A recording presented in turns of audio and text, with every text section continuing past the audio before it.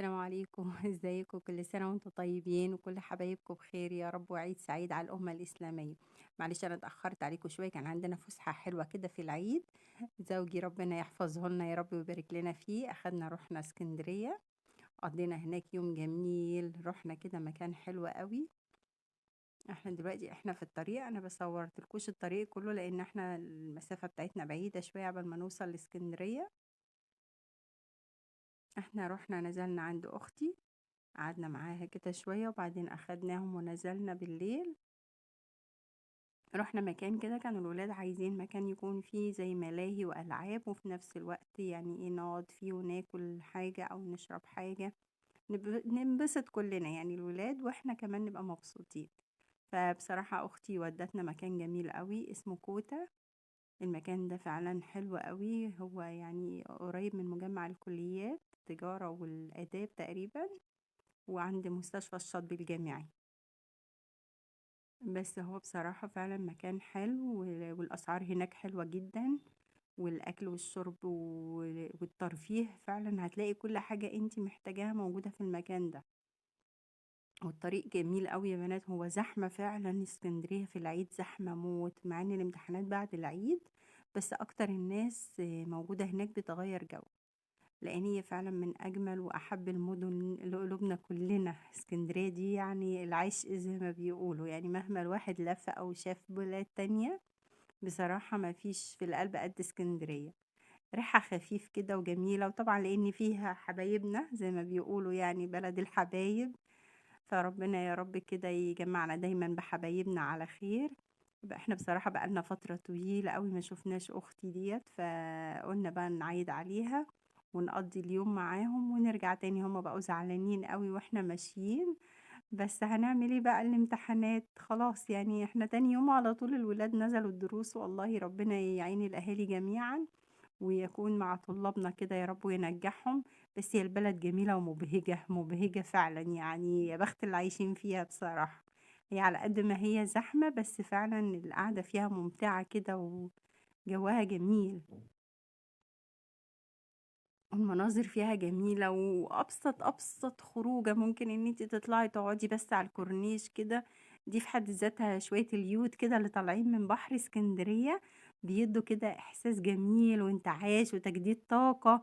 يعني بتحسي فعلا إن انتي كسرتي روتين يومك. ده المكان اهو يا بنات، أنا بصور لكم اليافطة بتاعته واحنا داخلين المكان، فعلا زحمة بس حلو ولذيذ كده والناس كلها حلوة مع بعض. الولاد بقى لقوا العربيات قالوا نركب، فقعدوا بقى طلع بقى من كتر الزحمة الراجل بقى قال لك لا بالأرقام، وكانت دوشة يعني كده، والناس كانت بصي أنا عايزة أقول لكم ساعة ما بيقف كده بالعربية ويبتدي خلاص الدور الجاي هيركب هجوم يعني حاجة كانت مسخرة كده وضحك للركب بصراحة يعني. بس هي ربنا يفرحنا جميعا ويفرح أولادنا يا رب. هو كان يوم حلو والولاد انبسطوا جدا ورجعوا كده عندهم طاقة حلوة وروح جميلة كده للحياة زي ما بيقولوا، واحنا كمان نفسنا كسرنا بقى روتين بقى الضغط بتاع زحمة رمضان وشغل رمضان والكحك والبسكوت وتنظيفات العيد. كنا بقى ايه يعني محتاجين فعلا نغير جو نجدد كده طاقتنا. فالمكان ده فعلا حلو ومبهج، يعني انا بنصح اي حد لو يحب يغير جو يروحوا. والاسعار هناك في الاكل جميلة جدا ومش غالية، والناس اهل اسكندرية ناس محترمة فعلا بصراحة يعني. ربنا يصلح حالهم يا رب ويرزقهم من وسع ويرزقنا جميعا بالخير والبركة دايما في بيوتنا. ودايما يا رب عندنا الفرح كده في بيوتنا ويخلي لنا أزواجنا كده ونعيش ونغير جو.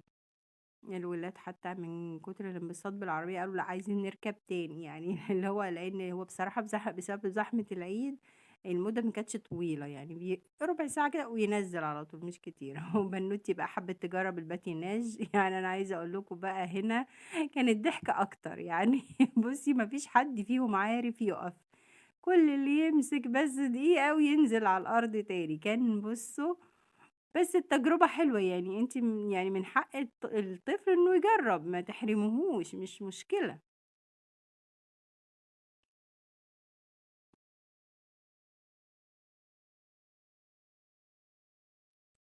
تحسي كده إن هُم بيتعلموا المشي لسه، يعني بُصّي واللي بيُقع فيهم بيوقّع معاه كتير يعني مش بُصّي مستحيل تلاقي حد فيهم مكمّل للآخر.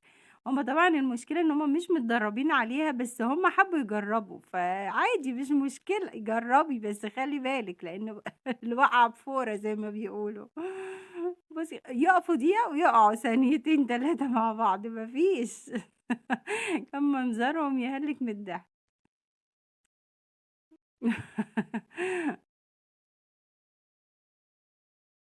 أنا باعتذر للناس اللي طلعت في التصوير غصب عني يعني هو المكان مفتوح والواحد بقى يعني عايز يصوّر ويبسط ولاده.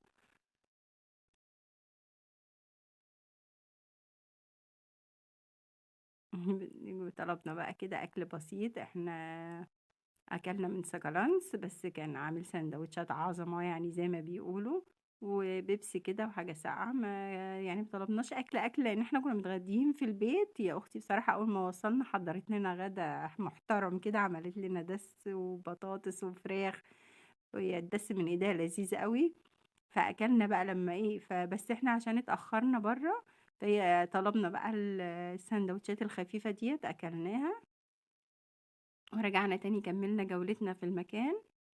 المكان فعلًا جميل ومُبهِج، لأ بجد يعني. فأخدنا جولة تاني كمان فيها والولاد بقى لقوا ألعاب تانية قعدوا ركبوها برضه.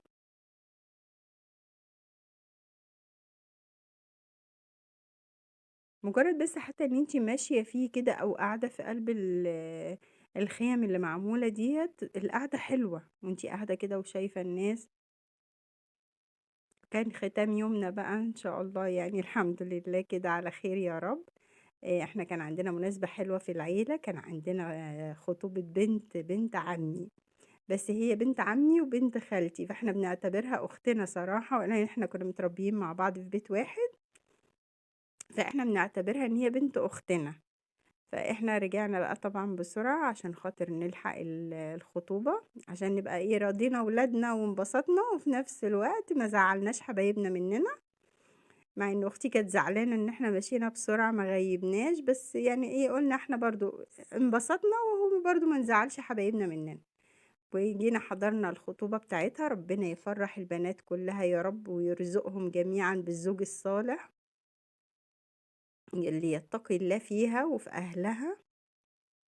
فإحنا جينا بقى إيه ما يعني كان نفسنا نقعد أكتر من كده بصراحة، بس الحمد لله يعني القليل يكفي برضه يعني حلو كسر الروتين وفي نفس الوقت انبسطنا باليوم. فجينا بقى ربنا سلِّم طريقنا الحمد لله ورجعنا بالسلامة.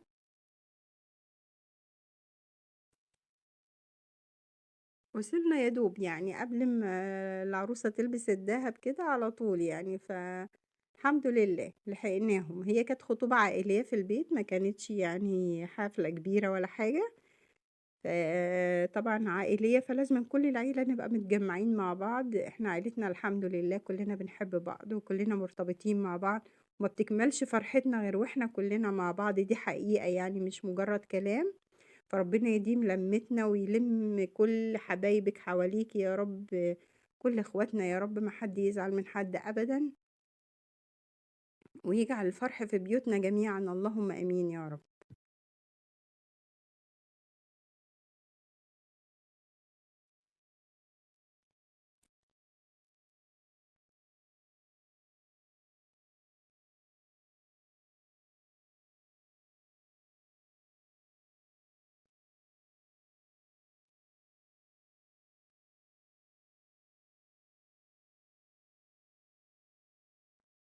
حاجات بسيطة كده من الخطوبة عشان برضه نراعي إيه، خصوصية الناس.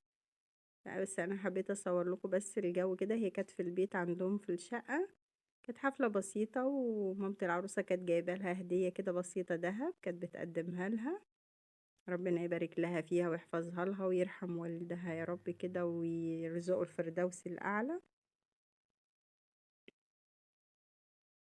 عقبال ما يفرحها كده بإخواتها يا رب كده إن شاء الله على خير. عريسها كان محترم جدا بصراحة. هما الاتنين مهندسين وربنا يسعدهم ويسعد أيامهم. ويا رب يرزق كل البنات بأزواج صالحين. كل سنة وانتم طيبين.